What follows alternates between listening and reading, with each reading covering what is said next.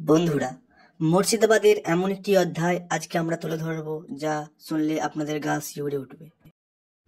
নবাব মুর্শিদ কুলি খানের একমাত্র কন্যা আজিমুন্নেসা, যিনি ছোট ছোট শিশুদের কলিজা খেতেন। কথিত আছে আজিমুন্নেসা এক দুরারোগ্য ব্যাধিতে আক্রান্ত হয়েছিলেন।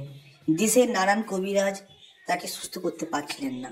অবশেষে এক কবিরাজ বলেন, ছোট শিশুদের কলিজা দিয়ে এক ঔষধ খেলে তিনি 1.5 মাসের মধ্যে সুস্থ হয়ে যাবেন। কিন্তু এই ঔষধের এক পার্শ্ব প্রতিক্রিয়াও আছে। 1 মাস খাওয়ার পর এটা নেশায় পরিণত হয়ে যেতে পারে। এই সমস্ত কথা শুনেও আজিমুন্নেসা রাজি হয়ে গিয়েছিলেন এবং এই কথাটি তিনি গোপন রাখতে চেয়েছিলেন এবং আশেপাশে নানান গ্রাম থেকে 3 বছরের ছোট ছোট বাচ্চাদের এনে তার কলিজা দিয়ে তিনি ঔষধ খাওয়া শুরু করেন। এই কথা জানতে পেরে নবাব মুর্শিদ কুলি খান আর সহ্য করতে পারেননি। তিনি আজিমুন্নেসাকে এই স্থানে জীবন্ত সমাধি দেন। এই সেই জায়গা, এখানেই আজিমুন্নেসাকে জীবন্ত সমাধি দেওয়া হয়েছিল।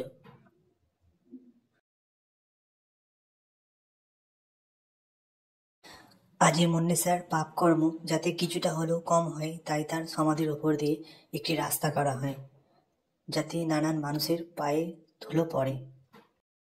সামনেই যে স্তম্ভটা দাঁড়িয়ে আছে, এটি একটি মসজিদ ছিল তখনকার দিনের। তার ধ্বংসাবশেষ এখনো রয়ে গেছে। এখন এই জায়গাটি একটি পর্যটন কেন্দ্র হিসেবে পরিচিতি লাভ করেছে। তো বন্ধুরা, ভিডিওটি কেমন লাগলো? ভালো লাগলে অবশ্যই লাইক, কমেন্ট আর শেয়ার করবেন।